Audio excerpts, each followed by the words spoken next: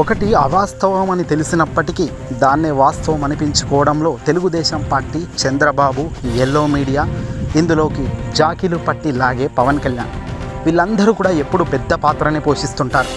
ఒక నిజాన్ని పట్టుకొని అబద్ధం అనడం, అబద్ధాన్ని నిజం అనడం వీళ్లకు వృత్తి ప్రకారం సర్వసాధారణం అయిపోయింది వీళ్ళ పరిస్థితి.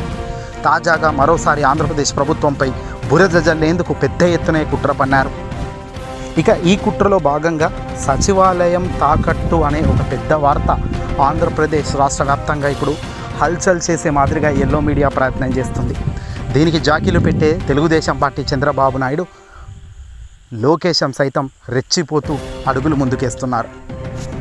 దీనిపై ఆంధ్రప్రదేశ్ రాష్ట్ర ప్రభుత్వం చాలా సీరియస్గా, ఘాటుగానే రిప్లై ఇచ్చింది. రాష్ట్ర సాధారణ పరిపాలన శాఖ నుంచి ఈ విషయమై ఏపీసీఆర్డీకు ఎటువంటి ప్రతిపాదనలు రాలేదట. అయితే బ్యాంకుల నుంచి రుణాలు తీసుకొని హెచ్డిఎఫ్సికి ఈ సచివాలయం తాకట్టు పెట్టారు అంటూ వస్తున్న వార్తలు పూర్తిగా అవాస్తవమని నిగ్గు తేలింది. ఐసిఐసిఐ, హెచ్డిఎఫ్సి బ్యాంకుల నుంచి ఏపీసీఆర్డీఏ ఎటువంటి రుణాన్ని పొందలేదని స్పష్టం చేస్తూ ఆ యొక్క సంస్థ డైరెక్టర్ బి శ్రీనివాసరావు నివేదిక రూపొందించి విడుదల చేశారు. రాయపూడిలోని అఖిల భారత సర్వీస్ అధికారుల క్వార్టర్స్ జీవో నెంబర్ 332 15/10/2018 ప్రకారం 2060 కోట్ల రూపాయలు రుణాన్ని తీసుకోవడం జరిగిందని union bank of India, bank of Baroda మరియు ఇండియన్ బ్యాంకులు మంజూరు చేశాయి. ఇందులో 1955 కోట్లు మాత్రమే ఇప్పటి వరకు సిఆర్డీఏ రిలీజ్ చేయడం జరిగింది. 2017వ సంవత్సరంలో హడ్కో కింద 1275 కోట్లను మౌలిక సదుపాయాల కొరకు రుణాన్ని మంజూరు చేసింది. అందులో 1151 కోట్లు మాత్రమే సిఆర్డీఏకి రిలీజ్ అయింది. రాష్ట్ర ప్రభుత్వం కంఫర్ట్ లెటర్ జారీ చేయడం కూడా ఇక్కడ మనం చూడవచ్చు. ఏపీ సిఆర్డీఏ సచివాలయ భవనాలను తాకట్టు పెట్టి ఎటువంటి రుణము పొందలేదు. ఇటువంటి నిరాధారణమైన కథనాన్ని ప్రచురించడంపై ప్రెస్ కౌన్సిల్ ఆఫ్ ఇండియాకు ఫిర్యాదు చేయడం జరిగిందని తాజాగా డైరెక్టర్ బి శ్రీనివాసరావు నివేదించడం జరిగింది.